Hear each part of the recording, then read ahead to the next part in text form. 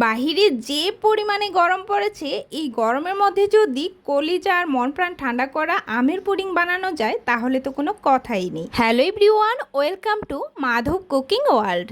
আমার আজকের রেসিপি পাকা আমের পুডিং। কিভাবে এই পাকা আমের সুস্বাদু পুডিংটি তৈরি করা যায় সেটাই এক নজরে চলুন দেখে নিই। তার আগে যদি আমার চ্যানেলে আপনি নতুন হয়ে থাকেন তাহলে কিন্তু অবশ্যই এরকম মজার রেসিপি দেখতে চ্যানেলটি সাবস্ক্রাইব করে বেল আইকনে অলে প্রেস করে রাখবেন, তাহলে প্রতিদিনের নোটিফিকেশান খুব সহজেই পেয়ে যাবেন।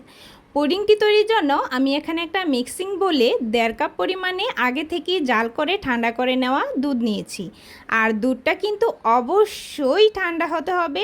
আর আমি 2 কাপ দুধকে জাল করে 1.5 কাপ করে নিয়েছি।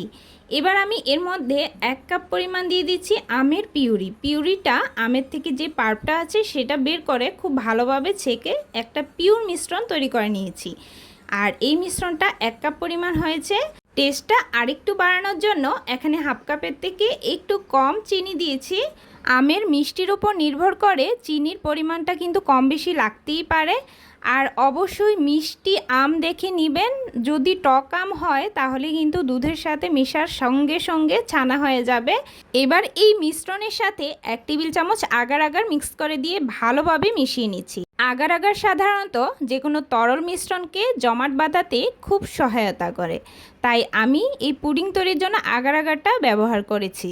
এবার একটা প্যানে পুরো মিশ্রণটা ঢেলে দিচ্ছি আর মিডিয়াম থেকে একটু কম আঁচে জাল করে নেব। যেহেতু আগার আগার মিক্স করেছি তাই খুব বেশি সময় নিয়ে এটা জাল করা যাবে না, সাথে সাথে কিন্তু জমাট বেঁধে যাবে। তো দ্রুত নাড়াচাড়া করতে করতে এই মিশ্রণটাকে নেড়ে ভালো করে জাল করে নিতে হবে। মাত্র 2-3টা বলক আসলেই তারপর আমি নামিয়ে নেব। যখন দেখবেন যে মিশ্রণটা একটু জলভাব কেটে গিয়ে একটু ঘন হয়ে আসছে সে মুহূর্তে আমি নামিয়ে নেব। যেহেতু দুধটা আগে থেকেই জাল করা ছিল তাই খুব বেশি সময় নিয়ে এই দুধটাকে জাল করতে হবে না, জাস্ট কয়েকটা বলক আসলেই নামিয়ে নিচ্ছি। তো দেখুন বলক কিন্তু চলে এসেছে, এখন কিন্তু মিশ্রণটা মাত্র জল কাটা শুরু করেছে আর একটু ঘন হয়ে আসছে।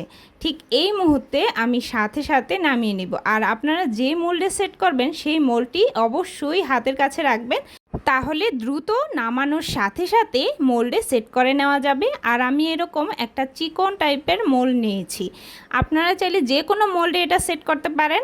তো এবার আমি পুরো মিশ্রণটাই মোল্ডে ঢেলে নিচ্ছি আর একটু ঠান্ডা হওয়ার জন্য নর্মাল ফ্রিজে 1 ঘন্টার মতো রেখে দিব। তো 1 ঘন্টা পর আমি ফ্রিজ থেকে বের করে নিচ্ছি। এরই মধ্যে খুব ভালোভাবে পুডিংটা সেট হয়ে গেছে। এবার সাইডগুলো একটু ছাড়িয়ে নিচ্ছি। এবার একটা ট্রের সাহায্যে ভালোভাবে খুব সাবধানে মোল্ড আউট করে নিচ্ছি। দেখুন পুডিংটা কত সুন্দর হয়েছে, ঠিক যেন গ্লাসের মতো লাগছে। আর পুডিংটা খেতেও কিন্তু ভীষণ মজার হয়েছিল। রেসিপিটি ভালো লাগলে লাইক আর শেয়ার করতে কিন্তু একদমই ভুলবেন না। আজকের মতো এ পর্যন্তই, ধন্যবাদ সবাইকে।